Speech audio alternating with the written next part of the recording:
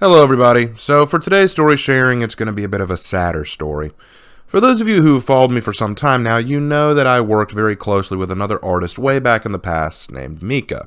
Now, Mika and I ran a DeviantArt account together where she drew pictures and I wrote stories, and we teamed up to create really cool and awesome stories. You know, one of them is Monster Club. But before we even started with Monster Club, we had another long-running story that we both worked very closely on, and it was called I Live with a Witch. Now, what's I Live with a Witch about? The title pretty much says it all, doesn't it? Like, it's not a very creative title. It's very straightforward. The story is about a young man named Christian who ran away from home for mysterious reasons that he doesn't reveal later, and stumbles across a cottage in the middle of the woods where he meets a witch named Eva. And Eva takes him in, and she reveals to him the world of magic. It's revealed that Eva comes from an entire different dimension or different world where magic is the norm. And when you cannot perform magic well, when you're not good at magic, you get kicked out of magic school and you have to study on your own. So her father, who is very prominent in the magical community, didn't want to show off his failure of a daughter and drops her off in the human world where she can practice in solitude.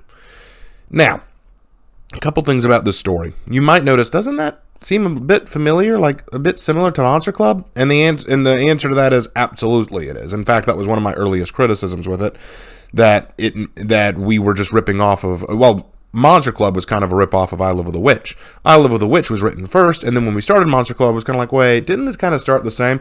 But we didn't mind, because we like that setup, the idea of the normal kid being swept up into a totally supernatural or strange world.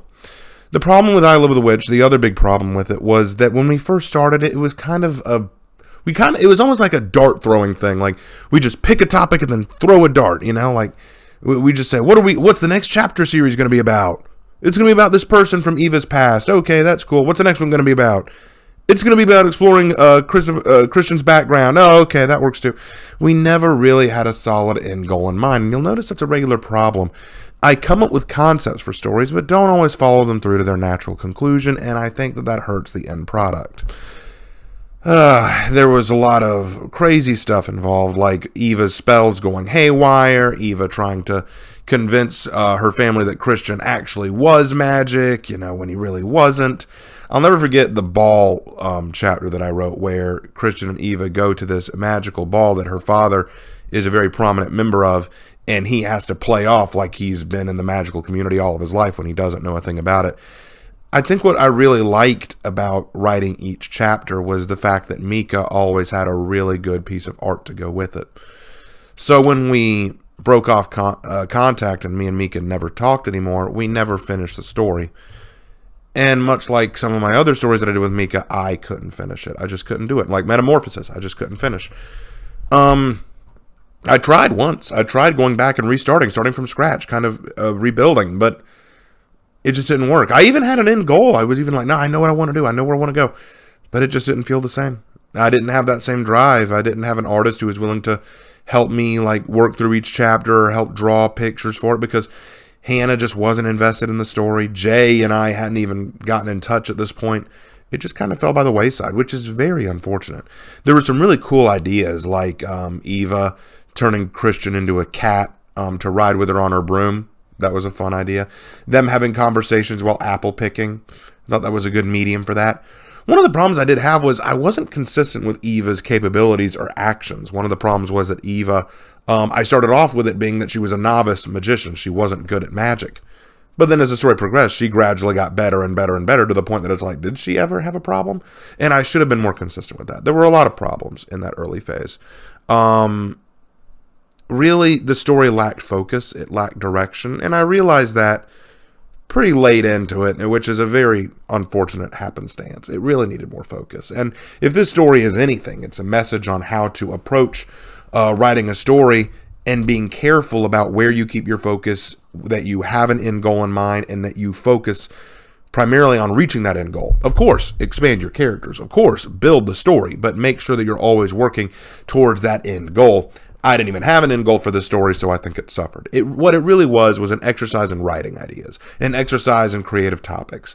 And that's fine. There's nothing wrong with that, but I really should have had an end in mind. Now I wouldn't be staring at the chapters later on going, man, I feel disappointed in that. But all in all, not a lot to say about this one other than kind of a kind of an opportunity that just slipped by.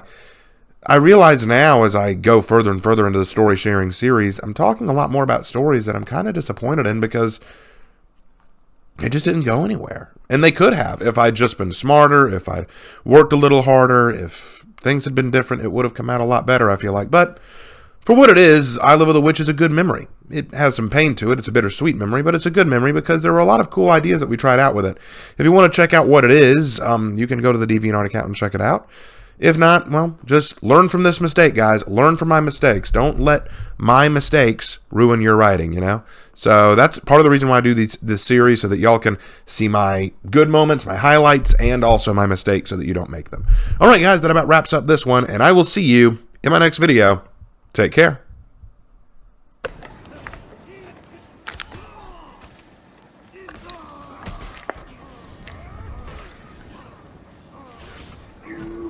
Me up so I can blow up Warlord. It's even funnier a second time. Good game, guys. Good fight.